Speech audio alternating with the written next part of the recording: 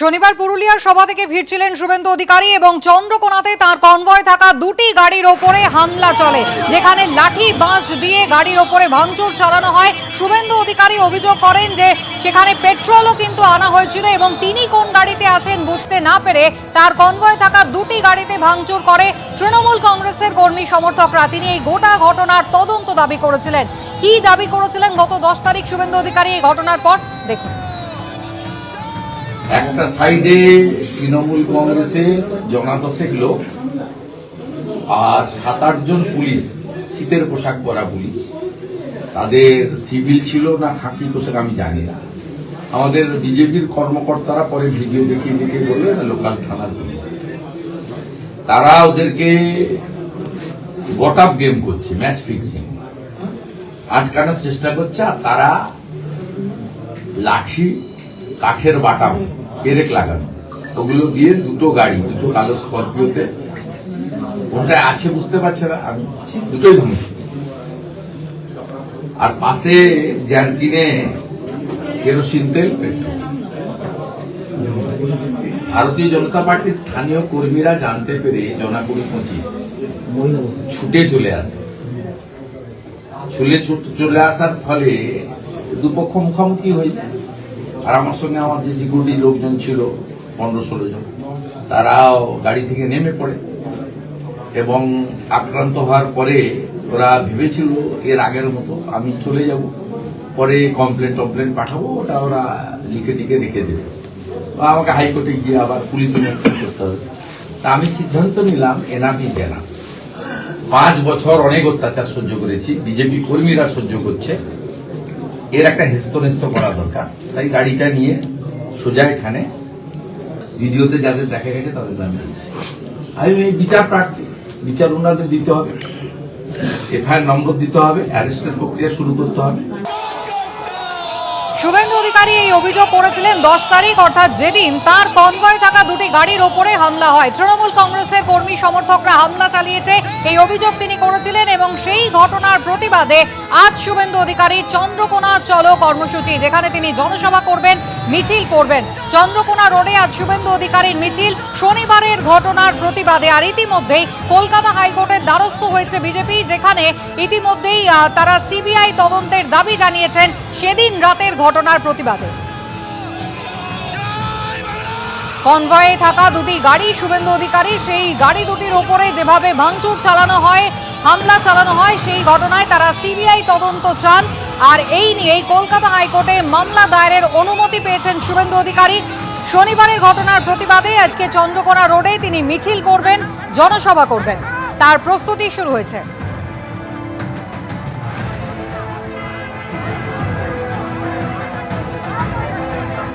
এর আগে গত শনিবার শুভেন্দু অধিকারী যখন সভা সেরে ফিরছিলেন চন্দ্রকোনা রোডে, তখন শুভেন্দু অধিকারীর কনভয়ে হামলার অভিযোগ ওঠে। তৃণমূলের বিরুদ্ধে ধুন্ধুমার পরিস্থিতি তৈরি হয়, স্লোগান যুদ্ধ বাঁধে। আর সেই ঘটনায় অর্থাৎ কনভয় কাণ্ডে এবার সিবিআই তদন্ত চেয়ে মামলা। চন্দ্রকোনা রোডে শুভেন্দু অধিকারীর কনভয়ে হামলার অভিযোগ, সিবিআই তদন্ত চেয়ে হাইকোর্টে এবার মামলা দায়ের হলো। বিচারপতি শুভ্রা ঘোষের দৃষ্টি আকর্ষণ করে মামলা দায়েরের অনুমতি দেওয়া হলো।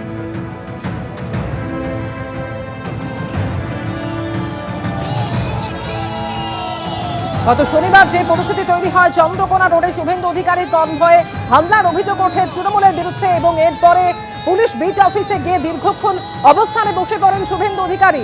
সেই ঘটনায় এবার মামলা দায়ের হলো এবং আপনাদের জানিয়ে রাখবো ইতিমধ্যেই মামলা দায়েরের অনুমতি পাওয়া গিয়েছে। বিচারপতি শুভ্রা ঘোষের দৃষ্টি আকর্ষণ করা হলো মামলা দায়েরের অনুমতি।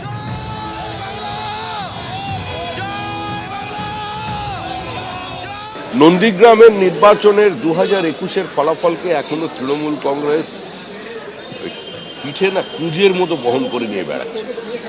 তো সেটা থেকে তারা ভুলতে পারেনি। কোনো মানুষ যদি দিনের পর দিন ওই স্যাস নামক অসুখে ভোগে, আমরা বারবার বলেছি আপনারা চিকিৎসা করান।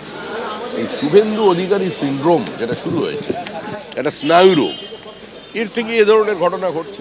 রাজ্যের বিরোধী দলনেতাকে যদি সভা করার জন্য 104 বার হাইকোর্টের দ্বারস্থ হতে হয়, তো সে রাজ্যে গণতান্ত্রিক ব্যবস্থা বলে কিছু আছে? এবার শুভেন্দু অধিকারীর উপরে প্রাণনাশের চেষ্টা হচ্ছে, প্রাণঘাতী হামলা হয়েছে। কুচবিহারের মগরাহাটে গাড়ি বন্ধ অবস্থায় সেখানে পেট্রোল ছেটানো হলো, তারপরে তার নিরাপত্তা সুনিশ্চিত করবার জন্য রাজ্য সরকারের পক্ষ থেকে কি ব্যবস্থা নেওয়া হবে? অর্থাৎ একদিকে ইডি ইতিমধ্যেই সুপ্রিম কোর্টে জোড়া মামলা দায়ের করেছে, অন্যদিকে বিধাননগর কমিশনারেট সক্রিয় হয়েছে। গোদরেজ ওয়াটার সাইডে সেদিন যে নিরাপত্তা রক্ষীরা ছিলেন তাদের বয়ান রেকর্ড করা চলছে। আর তার পাশাপাশি বিজেপির পক্ষ থেকে কিন্তু এবার সেদিনের আইপ্যাক কাণ্ডের প্রতিবাদে নবান্নের কাছে তারা ধর্নায় বসতে চান। শুভেন্দু অধিকারী আগেই জানিয়েছিলেন কলকাতা পুলিশের কাছে এই নিয়ে তিনি আবেদন করেছিলেন, যদিও অনুমতি তাকে দেওয়া হয়নি, আর তাই বিজেপি আদালতের দ্বারস্থ হয়েছে। নবান্নের কাছে ধর্নায় বসতে চেয়ে বিজেপি কলকাতা হাইকোর্টের দ্বারস্থ হয়েছে। বিচারপতি শম্পা দত্ত পালের দৃষ্টি আকর্ষণ করেছে প্রধান বিরোধী দল। গত 11ই জানুয়ারি শুভেন্দু অধিকারী ঠিক কি জানিয়েছিলেন এই প্রসঙ্গে দেখুন একবার। নবান্নর সামনে বসুন। উনি অবৈধভাবে অমিত শাহজির অফিসে গেছিলেন না জানিয়ে, আমি জানিয়ে যেতে চাই।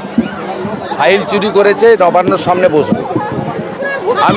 আমি চেয়েছি 15 তারিখ 16 তারিখ একদিন আমি বসতে চাই পুরো দিন, যেখানে বলবে পুলিশকে চেয়েছি, পুলিশ রেসপন্স করেনি, আমি কোর্টে যাব। ওনারা না বলে গেছিলেন অমিত শাহজির অফিসে, আর আমি বলেই যাব, পারমিশন নিয়ে যাব। এবিপি আনন্দ, এগিয়ে থাকে, এগিয়ে রাখে।